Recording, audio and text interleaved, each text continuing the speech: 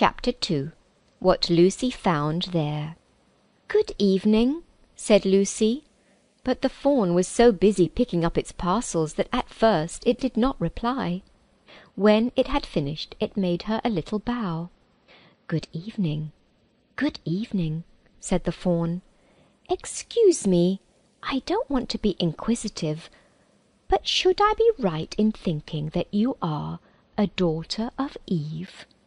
"My name's Lucy," said she, not quite understanding him. "But you are, forgive me, you are what they call a girl?" asked the fawn. "Of course I'm a girl," said Lucy. "You are in fact human?" "Of course I'm human," said Lucy, still a little puzzled. To be sure, said the fawn. "How stupid of me! But I've never seen a son of Adam or a daughter of Eve before. I am delighted." That is to say, and then it stopped, as if it had been going to say something it had not intended, but had remembered in time. "Delighted, delighted," it went on. "Allow me to introduce myself. My name is Tumnus." "I am very pleased to meet you, Mr. Tumnus," said Lucy. "And may I ask, O Lucy, daughter of Eve," said Mr. Tumnus, "how you have come into Narnia?" "Narnia? What's that?" said Lucy. "This is the land of Narnia," said the fawn, "where we are now, all that lies between the lamppost and the great castle of Cair Paravel on the eastern sea.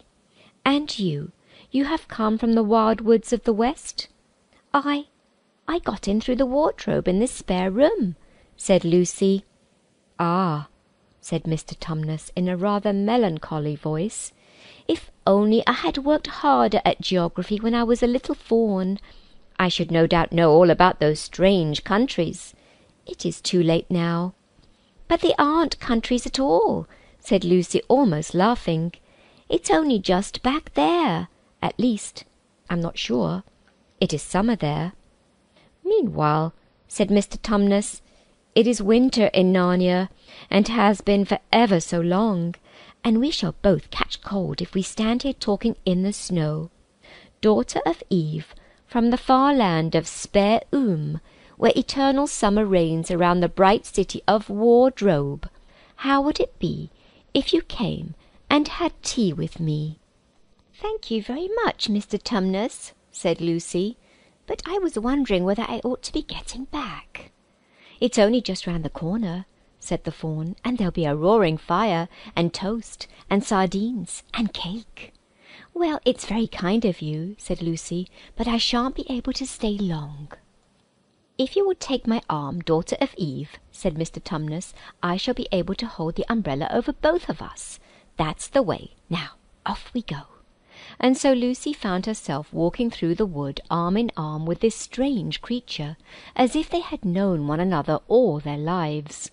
They had not gone far before they came to a place where the ground became rough, and there were rocks all about, and little hills up and little hills down. At the bottom of one small valley, Mr. Tumnus turned suddenly aside, as if he were going to walk straight into an unusually large rock. But at the last moment Lucy found he was leading her into the entrance of a cave. As soon as they were inside, she found herself blinking in the light of a wood fire. Then Mr. Tumnus stooped and took a flaming piece of wood out of the fire with a neat little pair of tongs, and lit a lamp. "Now we shan't be long," he said, and immediately put a kettle on. Lucy thought she had never been in a nicer place. It was a little, dry, clean cave of reddish stone, with a carpet on the floor, and 2 little chairs, one for me and one for a friend, said Mr. Tumnus, and a table and a dresser and a mantelpiece over the fire, and above that a picture of an old fawn with a grey beard. In one corner there was a door which Lucy thought must lead to Mr. Tumnus's bedroom, and on one wall was a shelf full of books. Lucy looked at these while he was setting out the tea things. They had titles like The Life and Letters of Silenus, or Nymphs and Their Ways, or Men, Monks and Gamekeepers, a study in popular legend, or is man a myth? Now, daughter of Eve, said the fawn. And really it was a wonderful tea. There was a nice brown egg, lightly boiled for each of them, and then sardines on toast, and then buttered toast, and then toast with honey, and then a sugar-topped cake. And when Lucy was tired of eating, the fawn began to talk. He had wonderful tales to tell of life in the forest. He told about the midnight dances, and how the nymphs who lived in the wells, and the dryads who lived in the trees, came out to dance with the fawns. About long hunting parties after the milk-white stag, who could give you wishes if you caught him.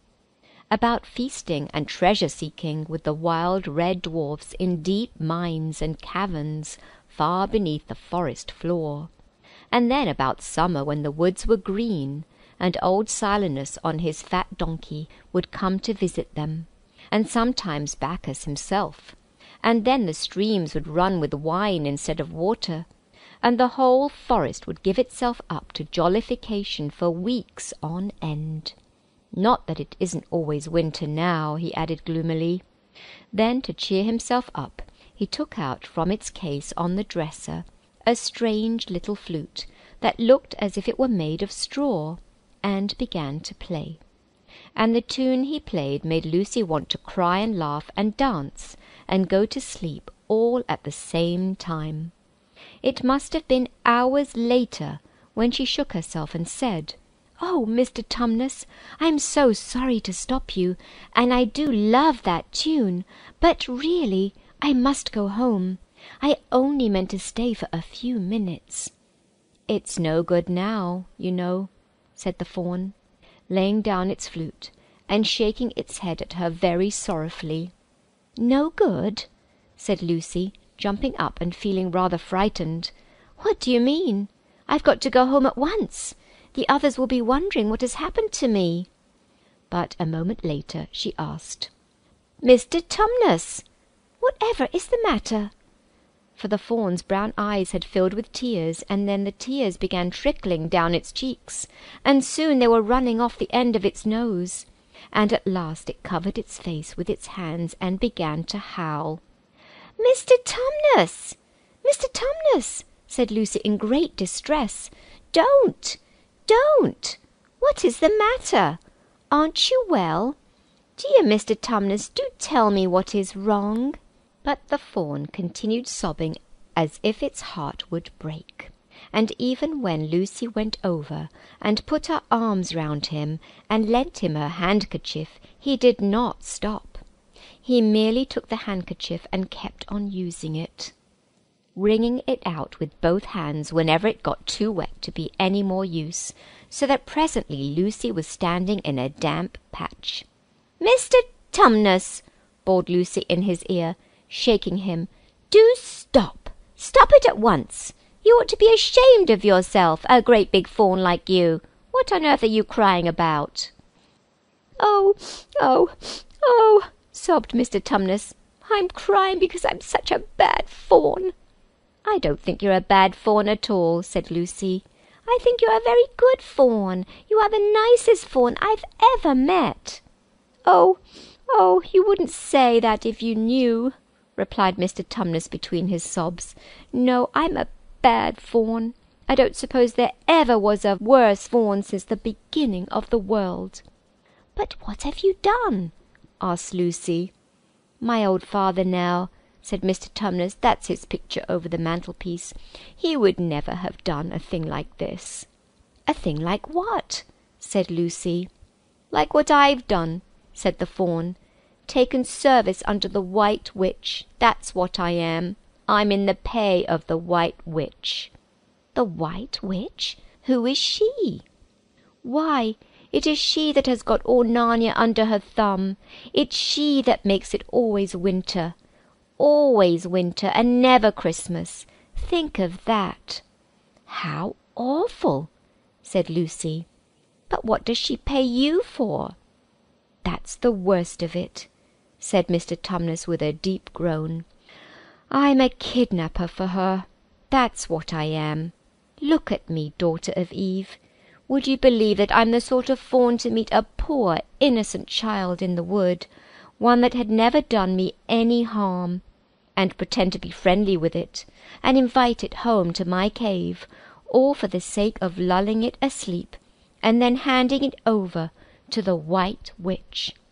"No," said Lucy, "I am sure you wouldn't do anything of the sort." "But I have," said the fawn.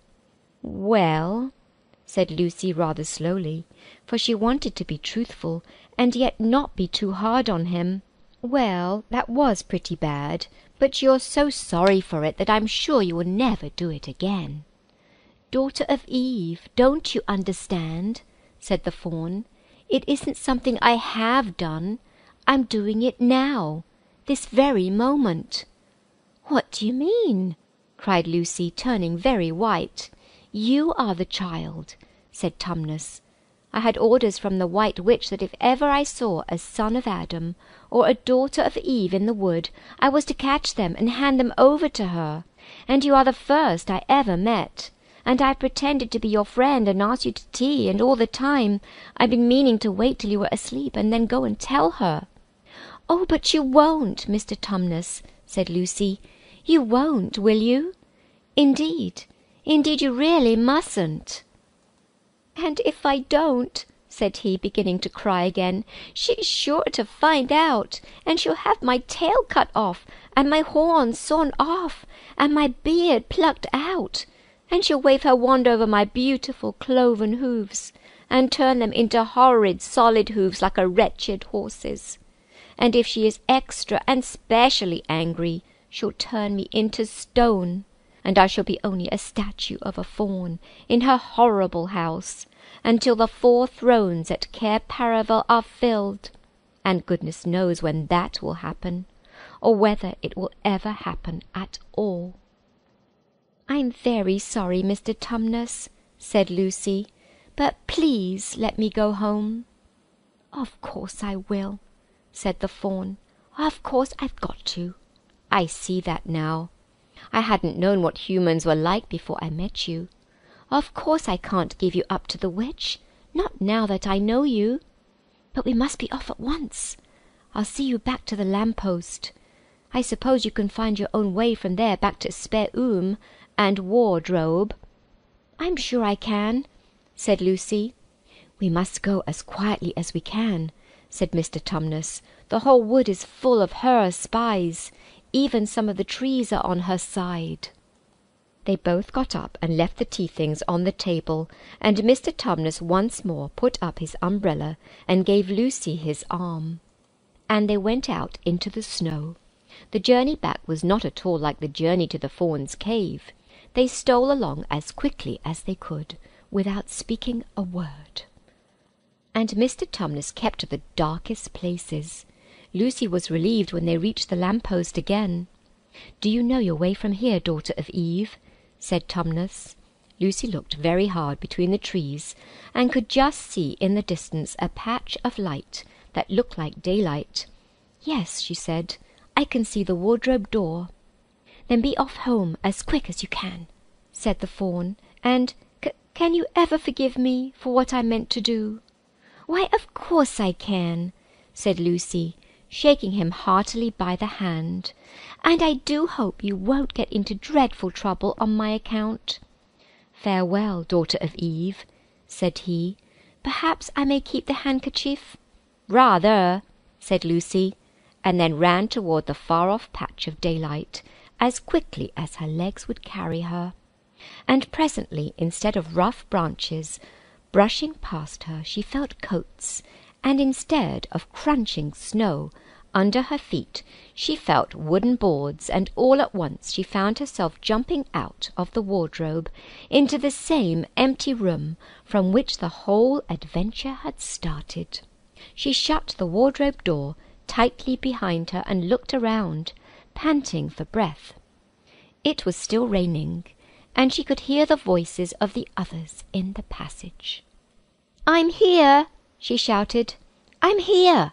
I've come back! I'm all right!"